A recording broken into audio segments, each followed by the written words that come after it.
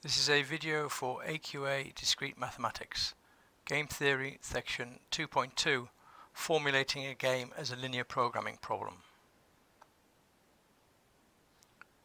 Well, here's a 3x3 zero-sum game, and what we'd like to do is to find the mixed strategy for A to give obviously a maximum outcome from that.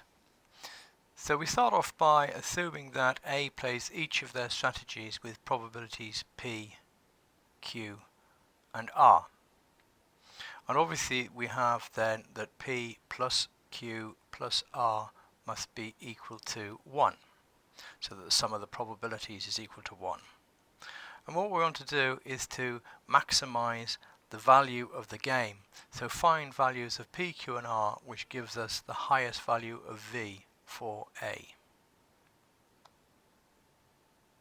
Note here that we're dealing with a 3x3 game, although the methods that we're going to be looking at could equally well be applied to any size game, so m by n.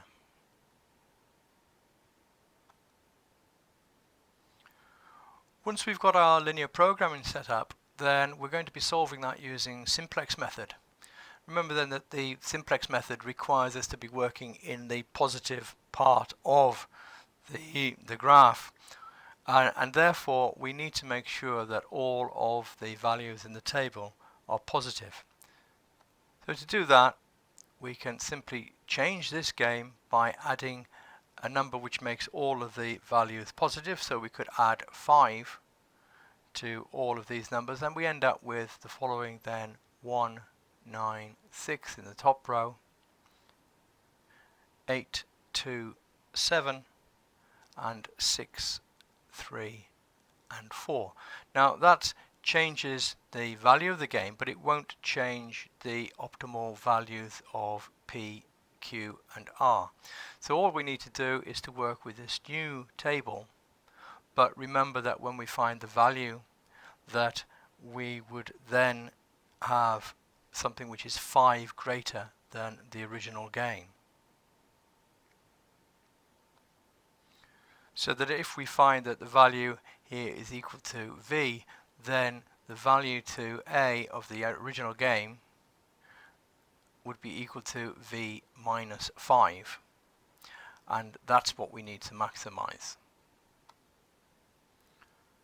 Well, for this new table, we can now set up a set of equations which look at the expected payoff for A if B plays each of the strategies in turn. So B has got the possibility of playing X, Y or Z. So looking at each one in turn, if B plays X, then we can see that the outcome for A would be equal to the values 1, 8 and 6 multiplied by P, Q and R. So we would have P plus 8Q plus 6R.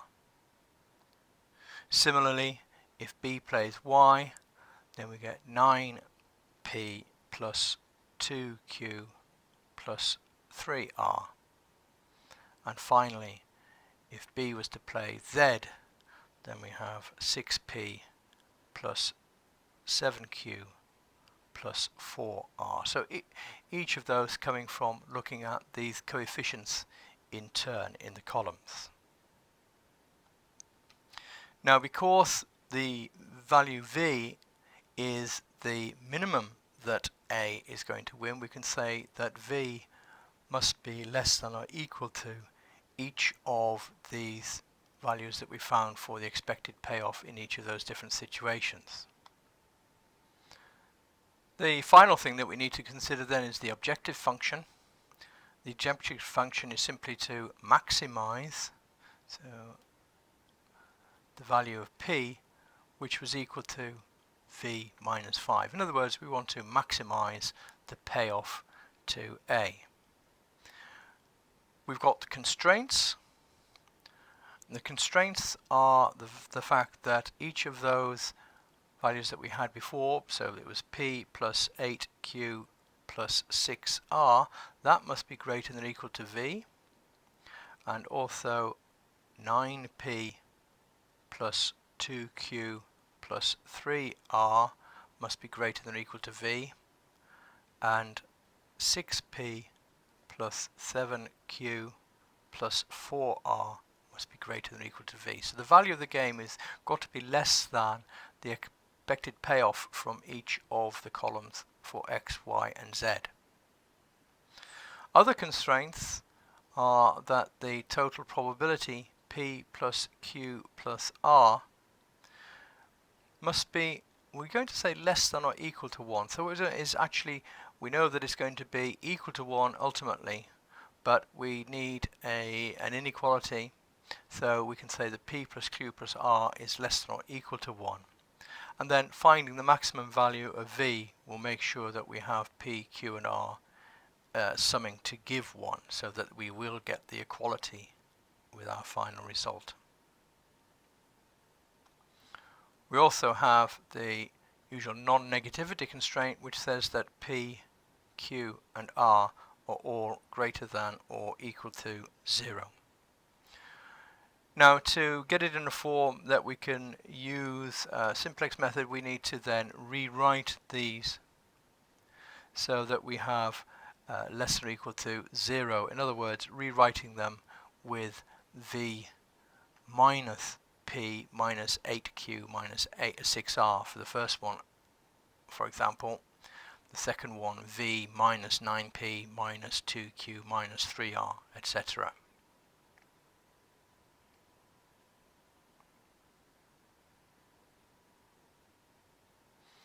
So there is our final thing formulated as a linear programming. We've got the objective function and the constraints written that said less than or equal to 0.